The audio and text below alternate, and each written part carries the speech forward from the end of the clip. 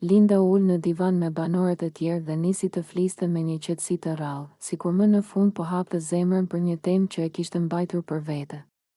Ajo ngriti supet lehtë dhe tha me një buzëqeshje të vogël, po ta them sinqerisht. Kam menduar shpesh se çfarë lloj mashkulli do të ishte ideal për mua. Dua dikë të fortë, të sigurt te vetja, por edhe të sjellshëm. Dikë që di të mbrojë, di të qesh dhe di të jetë i pranishëm. Dhe po, mendoj se Edi do të ishte shumë afër idesë time të mashkullit ideal. Banorët e tjerë e shikuan me habi, sepse Linda zakonisht nuk i shprehte hapur këto gjëra.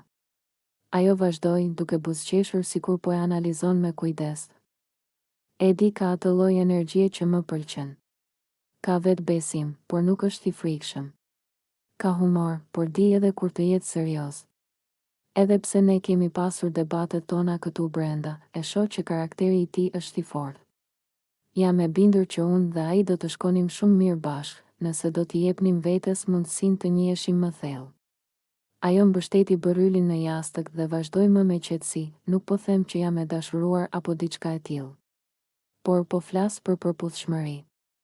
Dhe po, mendoj se Edi ka shumë nga cilësitë që unë kërkoj tek një mashkull. Ai është energjik, i drejtë për drejtë dhe nuk friksohet të thotë mendimin e tij. Këto i vlerësoj shumë. Banorët nisën të shkëmbenin shikime mes vete, disa të buzëqeshur, disa të habitur. Disa madje e ngacmuan Lindën me batuta të lehta, ndërsa ajo thjesht qeshi dhe ngriti duart sikur të thoshte, po, e thash. Dhe nuk e mohoj.